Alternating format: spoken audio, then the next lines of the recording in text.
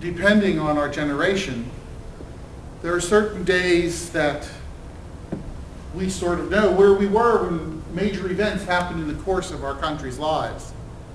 Many people in the older generations remember where they were on December the 8th, 1941. My generation, I know where I was on November 22nd, 1963. Do you recall where you were? I was sitting in the library of my school, reading a book, when the librarian came in and announced the president had been shot. And just a few minutes later coming in to tell us that he had died.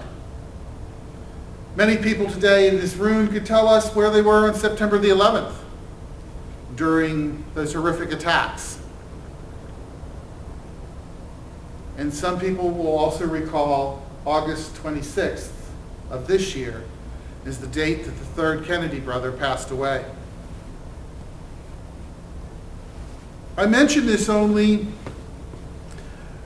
because of the letters that were read last night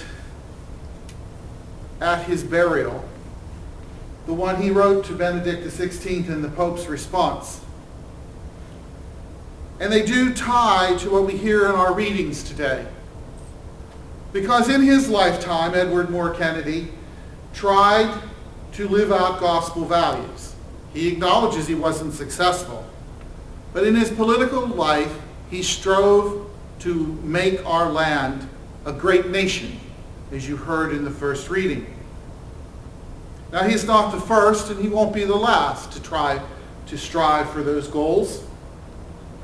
Thomas Jefferson and his committee were the first back in that hot summer of 1776 when they crafted a document that said all people were endowed by their Creator with certain inalienable rights, the right to life, liberty, and the pursuit of happiness. We see in the United States Constitution similar thinking, where we as a people, in order to make a more perfect union, to establish domestic tranquility, create a document that sets the boundaries for what can happen in our society. Later on, we see those things that were broken were tried to be fixed. Sometimes it worked, sometimes it didn't. We had the Great Civil War. And in 1863, Abraham Lincoln issued a document freeing all the slaves in the lands under rebellion. Once again, that equality, that liberty was coming forth, a gospel value. We see in the 14th Amendment to the Constitution those same things coming forth. And then we enter another period of our history of close to 100 years where we sort of, while we professed with our lips, we didn't come out with our actions of being a people equal to each other.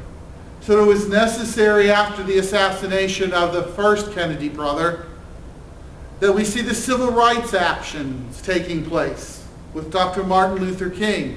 And we see that Senator Kennedy was able to bring together a coalition to pass the Civil Rights Act. He then goes on to help people have equal voting acts. You have other people coming along to work with him on the issues of health care. All of these things trying to make our nation a nation that follows God's plan in our laws and our decrees. But it's just not about the nation. And it's not just about these big political leaders. It's about you and me also striving to bring about gospel values in our homes, in our church, in our community. You see, we see lots of people that talk the talk. But we hear from James that it's not just about sitting and hearing. It's about letting that word that you hear change you so that you go to work to bring about gospel values. Will you always be successful? No, you won't. Will you fail sometimes miserably? Yes, you will. But it's the act of trying, of being upfront, being forthright, and doing your best. And that too, if you will forgive me, was a Kennedy motto that over the last few days we heard repeated and repeated and repeated.